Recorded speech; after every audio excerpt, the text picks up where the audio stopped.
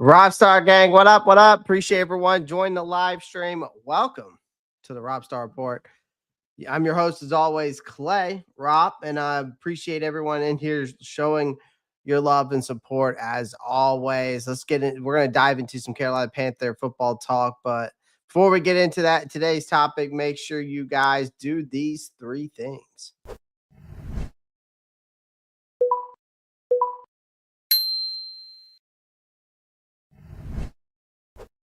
Greatly appreciate that. Hope everyone had a good weekend. I hope everyone had a blessed weekend. Mine was filled with yard work and golf. That's about it. So, but yeah, we're gonna dive into a couple things. 7-year drought might end in 2025, according to Fox analyst of the Fox Sports Henry McKenna. We're gonna dive into his early playoff prediction that he posted on X, and then of course we're gonna talk to Dave Portnoy. Just absolutely took a shot at the Carolina Panthers. Why? I have no idea.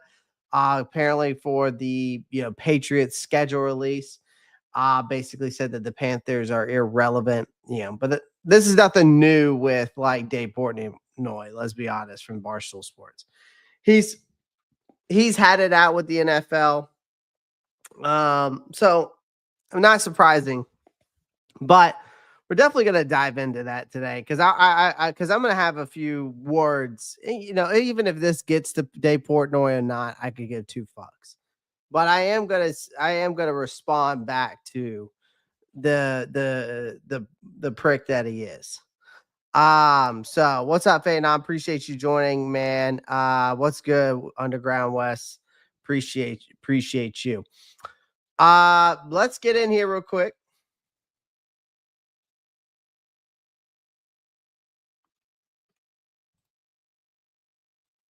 Let me share my screen for you guys real quick here.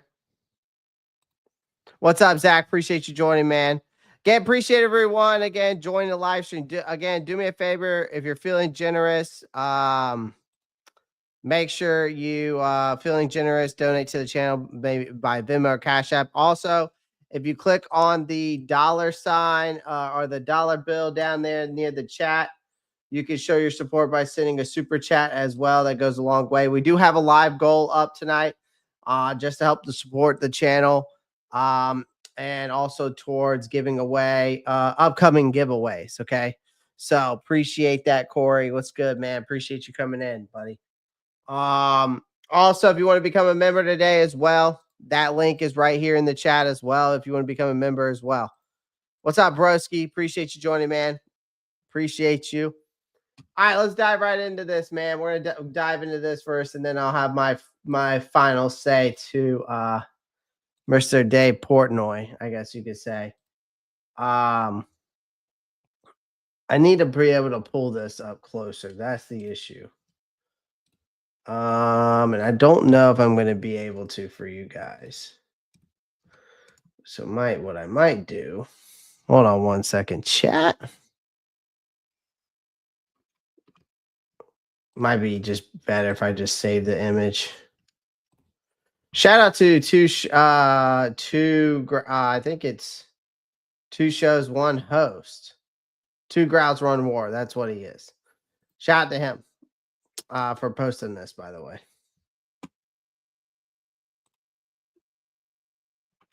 Shout out to him.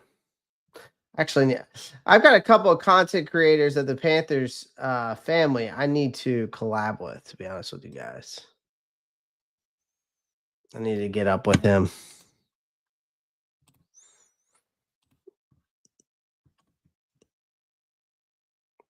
All right, hold on.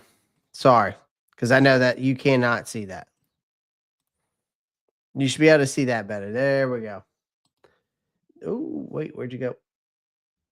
Where did you go? Hold on, why did that stop sharing?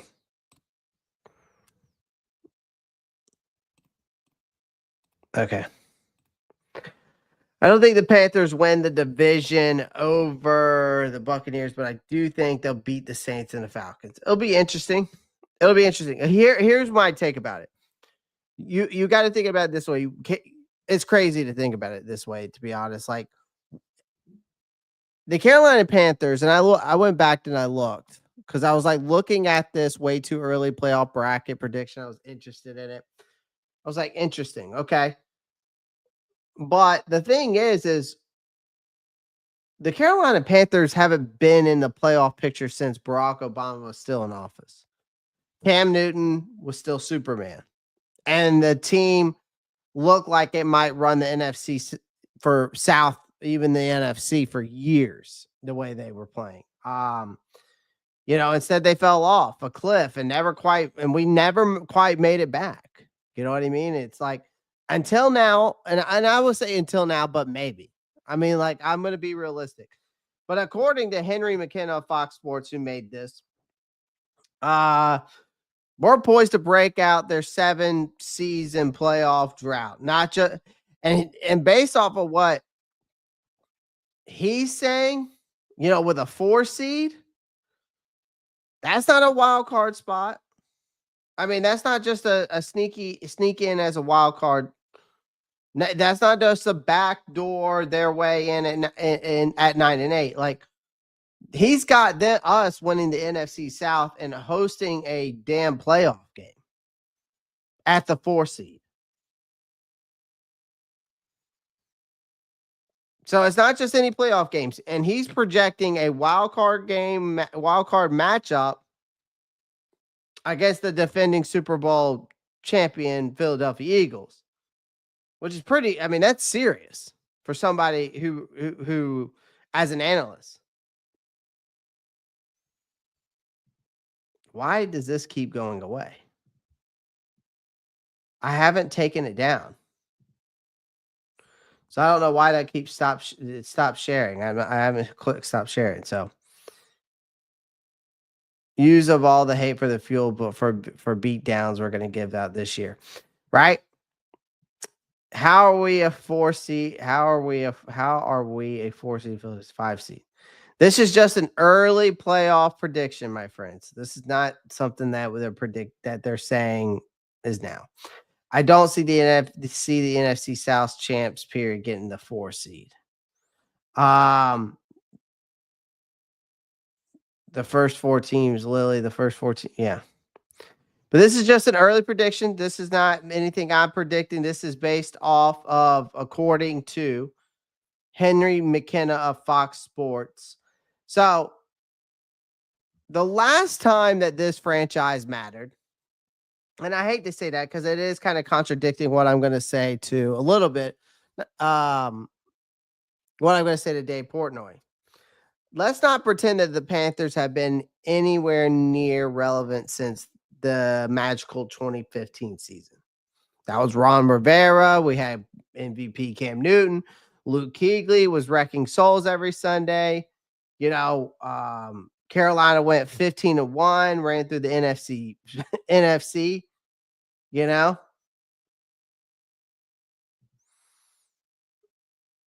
and got their teeth kicked in by Von Miller and the Denver Broncos in Super Bowl 50. They haven't sniffed that level since 2017. They scraped into the playoffs as a wild card and then were promptly bounced by the Saints. And since then, we've been a tragic cocktail of bad coaching. Worst quarterback play, and probably enough front office dysfunction to write a Netflix docuseries, to be honest. But then if you fast forward now to if you got to think about this chat, like we fast forward to the Dave Canales era, which has just begun. You enter him in. He's obviously the latest hire to really fix this mess, or even gotten it close to being fixed. He's not flashy. He's not loud, but I hate saying he's not loud because he's kind of loud in personality and particular ways, right? How he talks at press conferences. But if you watch how he turned Geno Smith's career around in Seattle, chat, like, and you think about it this way, how he was able to stabilize Baker Mayfield in Tampa, you know the guy can coach quarterbacks. But guess what? That's exactly what Bryce Young needs. Like, I think for a guy like, and for talk about, Fox Sports Henry McKenna, McKenna isn't pulling. I feel like McKenna isn't pulling this out of thin air. I don't think he's pulling it out of thin air with this.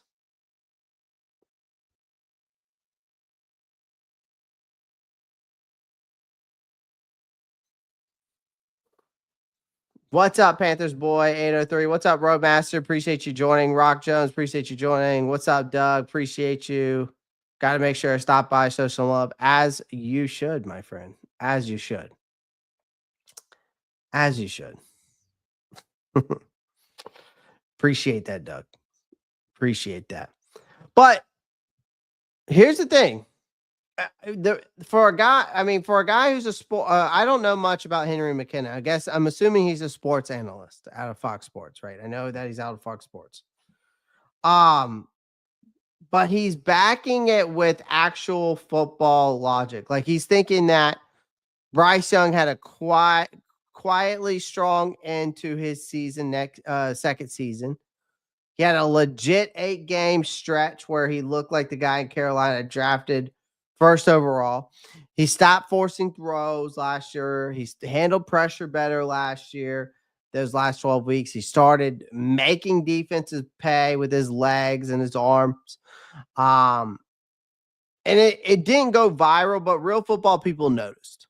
I'll say that. Like, I don't think like Bryce Young's last 12 weeks went viral, but I think a lot of people who watched or played close attention to the Carolina Panthers, or people who are sports analysts and kind of cover the Carolina Panthers, or, whatever the case may be. But I think we can all say that the real football people notice. And so did Dave Canales, apparently. Oh, safe travels, my guy. Safe travels. I don't know what the hell's going on with StreamYard. It just keeps taking this down. So maybe if I just do this instead, it will maybe it'll stop doing that.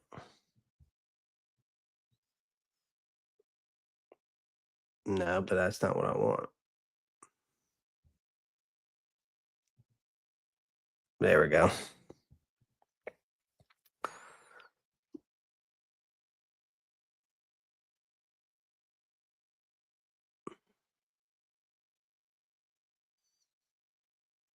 Something feels weird this offseason. Am I actually? So Zach comes in and says, "Am I actually feeling what it's called hope? Hope for the Panthers? Does it feel right?"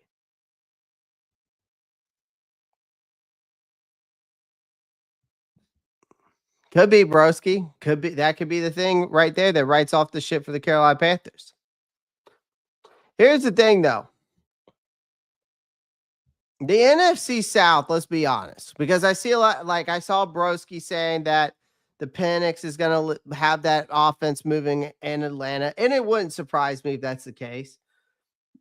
And Broski's not wrong. The NFC South does run through the Tampa Bay Buccaneers. Do I think the Tampa Bay Buccaneers are going to run away with this division? I don't think so. I think it's be close to what people think. But that's a total.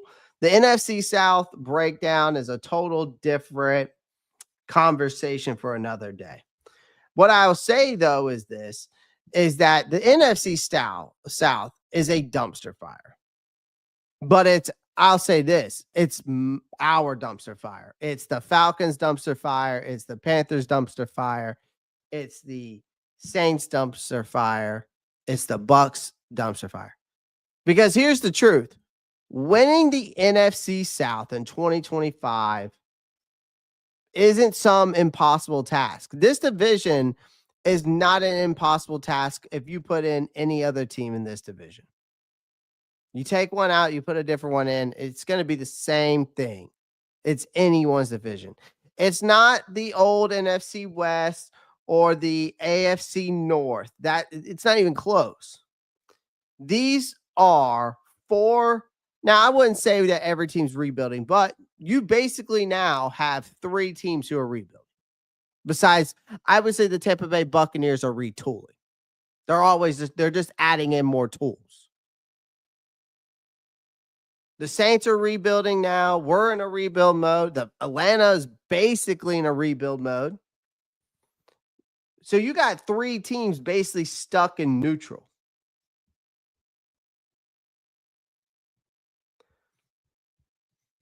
Basically stuck in neutral.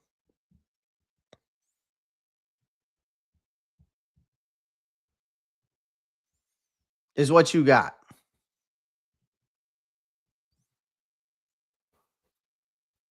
You got three teams stuck in neutral.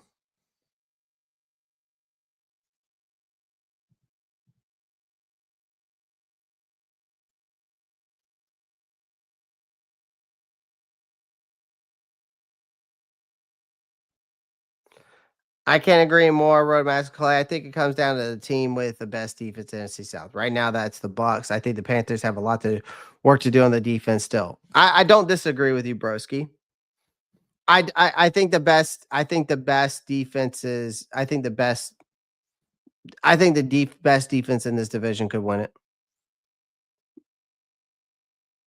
I think if Carolina though can get this offense, like I said, mid tier, top 50. If you can get this team in a top 15 in defense and an offense, top 12, top 15. I mean, you're winning this, the NFC South. You don't even have to be a top 10 team on defense or offense to win the NFC South. You don't. We've seen it time and time again, though. You just need to be in that top 12, top 15, and you can win the NFC South.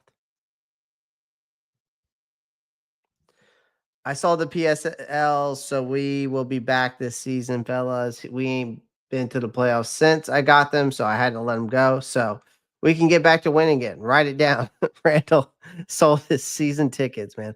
Cautiously hopeful for some success this season, but I'm not going overboard. Fair. I said 9-8. So the Bucks drafting Ibuka was a terrific pick. He'll be an instant playmaker. It'll be interesting. It'll be interesting.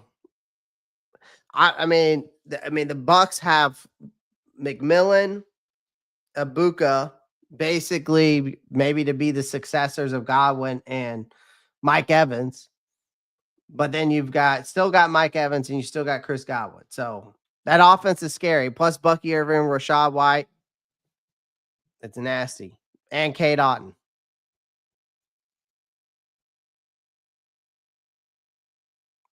I love that confidence, Rock. I do love the confidence I'm hearing from you guys in the chat. But here's the thing. I think that you've got I feel like the Bucks are a team that are seem to be heading in the right direction, but I would not be surprised because of Todd Bowles as a head coach. And then you lose back-to-back offensive coordinators to head coaching jobs. I could see the Bucks taking a step backwards. The Falcons still don't know what the hell they're doing. We don't know what we're going to see from Raheem Morris and Michael Penix. The Saints, they're hanging together by tuck tape now at this point. Right? And the Tyler Shook thing, it shocked the world. You know, you had Shador Sanders on the board there. You didn't take him.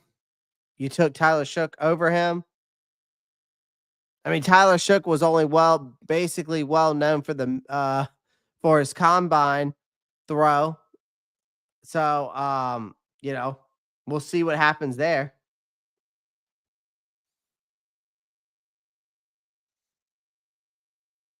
Hey, Clay, what do you think about Susanora? I like them both. SC Panthers boy. I broke them down a couple weeks ago when we did the undrafted free agents. Definitely like them both. Definitely like them both. I broke them down though a couple weeks ago though. Broke them both down. Shador is garbage. Roadmaster comes in and says, I do think we pull off winning more close games than previously. That's a step in the right direction.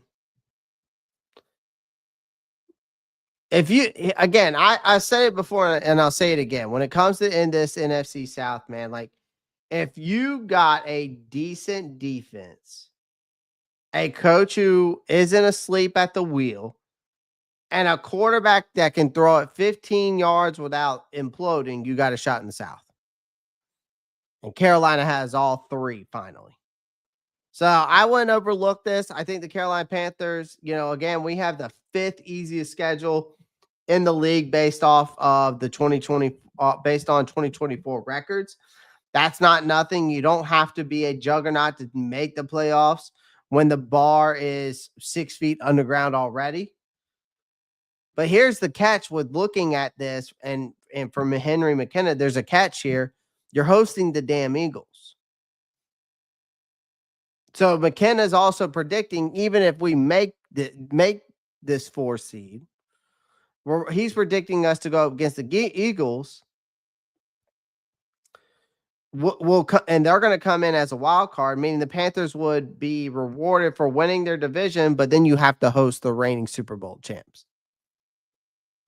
That's like crawling through hell to find water. But then it ends up you taking find water, but you end up taking a sip, and it's vodka. So basically in McKenna's scenario here, Philly rolls into Charlotte, stomps out the feel good story, like 31-17. It's a rough ending, but honestly, who gives a shit? You don't go from a bottom feeding joke to a playoff juggernaut overnight.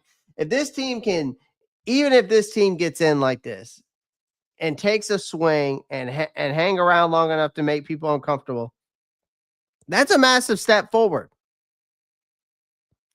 You don't need to go out there and be world beaters, is what I'm getting at here. You just need to show that, hey, we're here, we're back, we're getting, and we're here to wreck your shit. We might not win football games, but we're going to wreck your shit.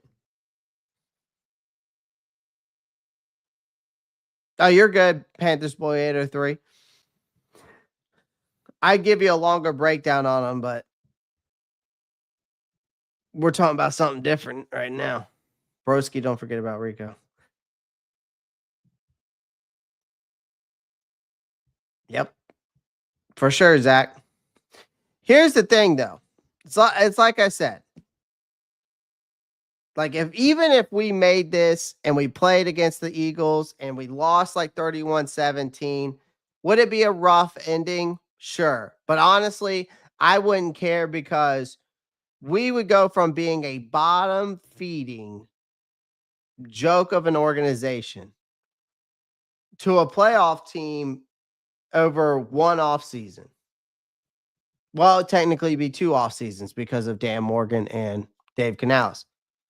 But if this team can even get in like this, and we take a swing, we hang around long enough to make people really rethink about who we are as a team and as organization, you doing something right and you're taking the step in the right direction. Because there's a bigger picture here.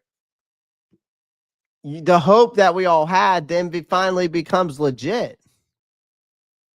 Like, let's be real. Like, for us as Panthers fans, we're not asking for the world. We just want a team that doesn't make them want to doesn't make you want to throw your remote through the TV every Sunday.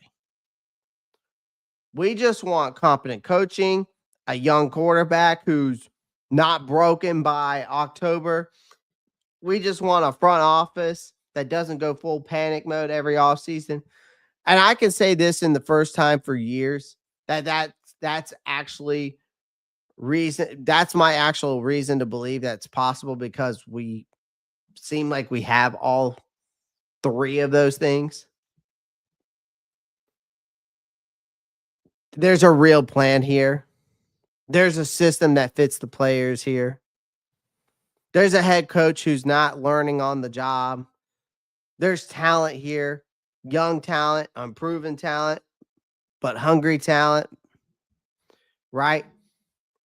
Again, we might not be the powerhouse yet, but we're no longer hopeless. And if they can host a playoff game, even if they lose, that's a total culture reset.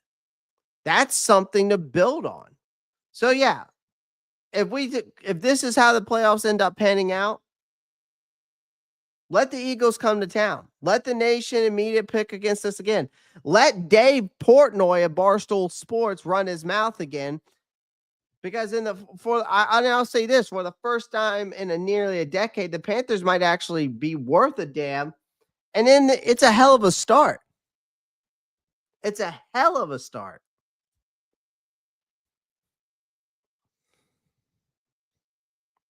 But let's get into Dave Portnoy. I want to show you what I don't know what that was about. My phone's acting up like crazy. I want to show you this. Carolina Panthers, most irrelevant. There we go. Here's the fucking turd sandwich. Here's the fucking little beef stick.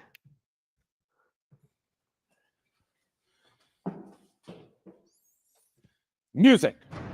Okay. I'm standing here with the New England Patriots schedule. To be honest, I wrote a bunch of one-liners and stuff. I was going to try to crack jokes, but they said, here's the schedule. I just saw it 2 minutes ago. Just go off the cuff. So that's what I'm going to do. Week 1, September 7th, at home against the Las Vegas Raiders. First thing I think, Tom Brady, now a part owner of the Raiders. He better not be announcing this game. That's illegal. I don't know how he's allowed to do both.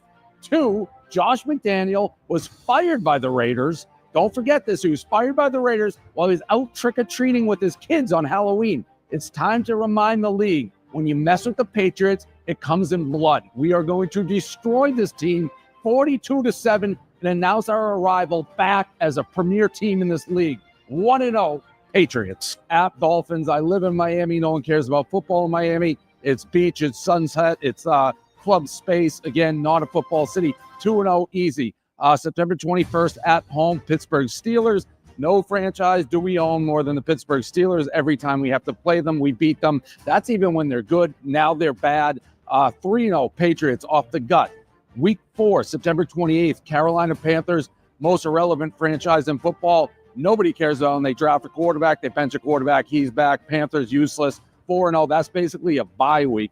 October 5th at Buffalo Bills. Josh Allen got married. Very beautiful woman, by the way. That's so again, here's a shorter version of it. Carolina Panthers, most irrelevant franchise in football. Nobody cares about them. They draft a quarterback. They bench a quarterback. He's back. Panthers useless. 4-0. That's so basically Dave Portnoy took some shots at us.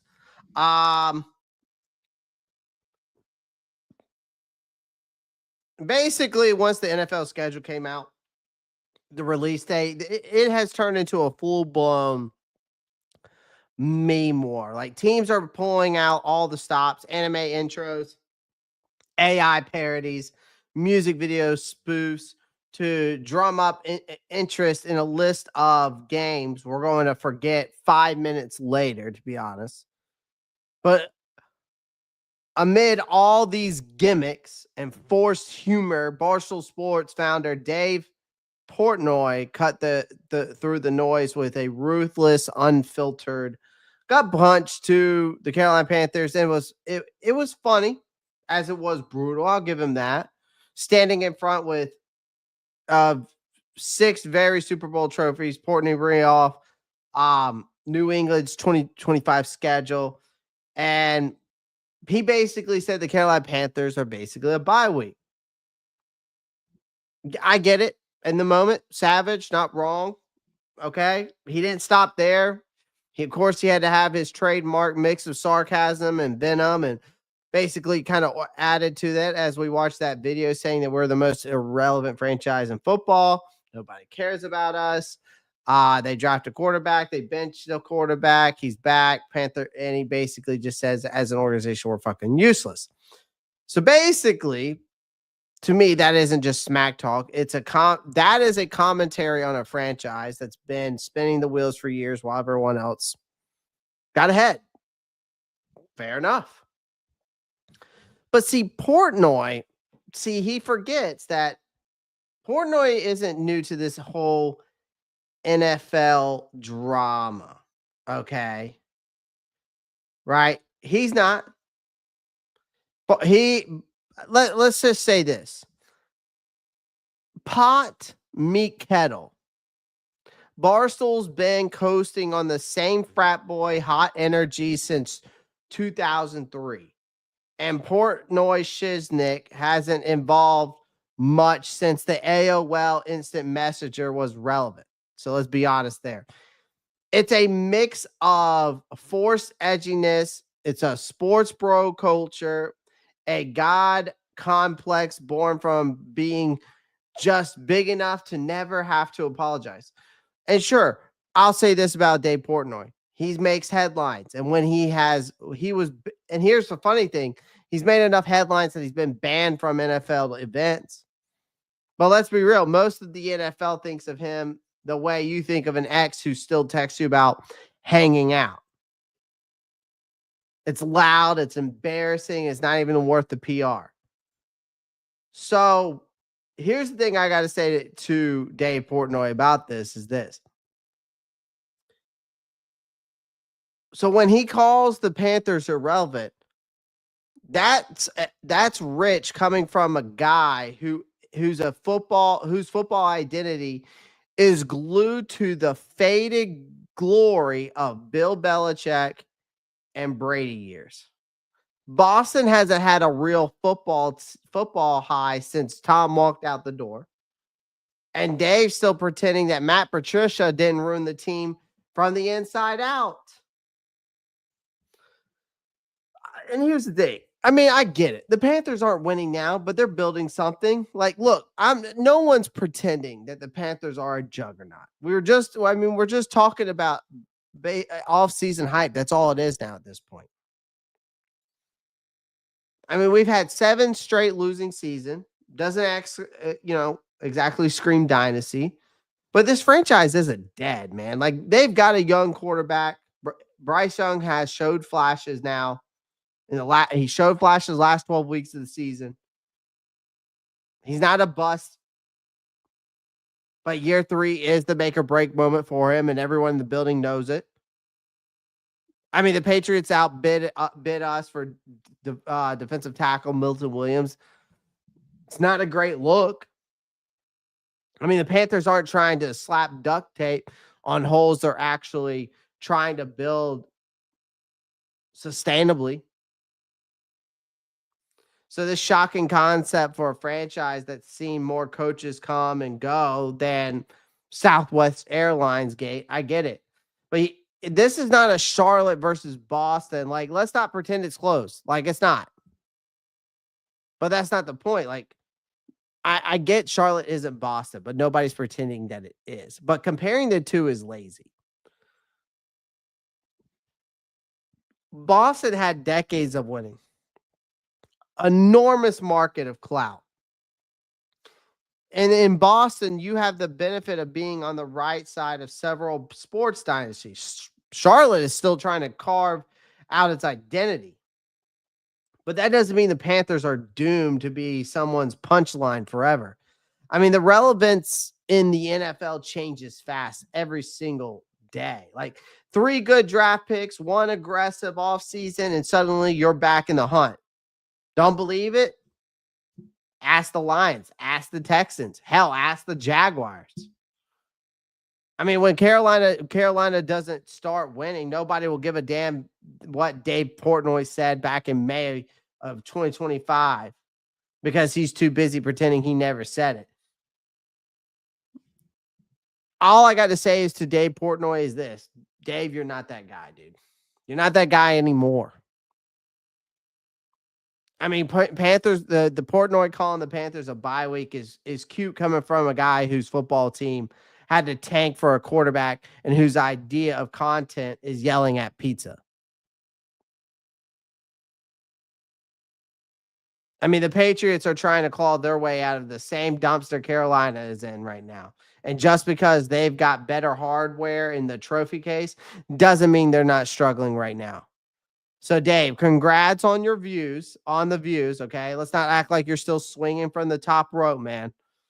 You're a former kingpin taking big from the sidelines while both of our teams suck. So, we'll see you in week 4. Bring your jokes then. We'll bring the scoreboard.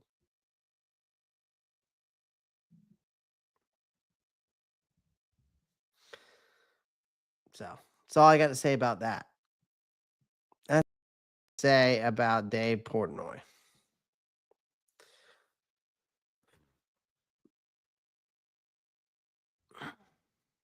Let's see what we got here. We'll get to some of your comments real quick. Zach Taylor comes in and says the two biggest worries for the Carolina Panthers are the defensive backs and linebackers. I agree. Our secondary is better than they looked last year. JC, Mike Horn, or press corners. Evero has them 15. It's all about how Evero uses them. I get it, Roadmaster. I get it. Teams need to feel like beating us will be no walk in the park. For sure. That's where we want to get back to. Dado has talent for sure, but he's not a 1-year deal. Chuba and Etienne is running back tandem for the future if Etienne ever Dado soon. I think it's going to, if we can, I think it could end up being Jonathan Brooks too. But it just depends on how he bounces back with that ACL. Because I could see a world where it's Chuba, Brooks, Etienne. But that's just me. Which second-year players on this defense do you think has the best chance of breaking out? Tre'von Wallace. I like Big Trev. I like Tre'von Wallace. I think Tre'von Wallace can be a guy that can break out.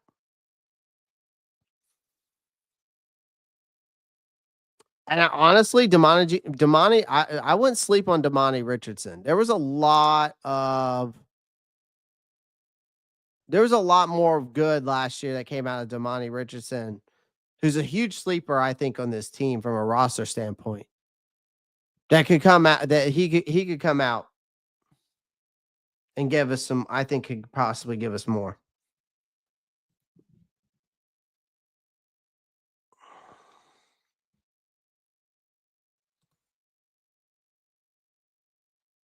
I think Mike Jack's more serviceable than anything.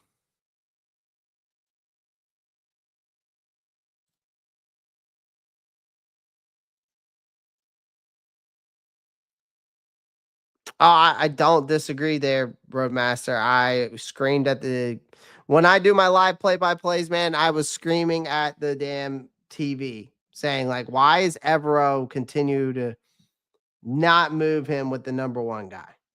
I get it. There's times and there's packages where he's not going to be on the number 1 every single play.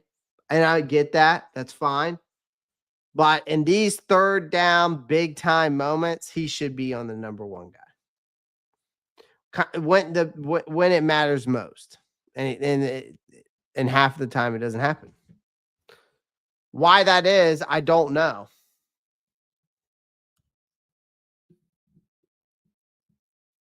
But it's the scheme that he runs. It's such a complex scheme. Such a complex scheme. Love his pizza reviews. I do. I can't lie about that. I do like his pizza reviews. Yeah, you can't. That's one thing I will not take seriously from him, though. Crazy to say when we were terrible and still had a better record, they've been right on the board with us since 2019, right? Right? I hear you, Raw Walk. He's a Michigan fan. I'm not surprised. Exactly. Well, ladies and gentlemen, I'm going to hop off of here tonight. This is just going to be a short live stream. Again, I appreciate everyone joining the live stream. As always, make sure you pound that like button, hit that subscribe button. Make sure you click that post notifications bell so you don't miss any new content. Also, become a member today.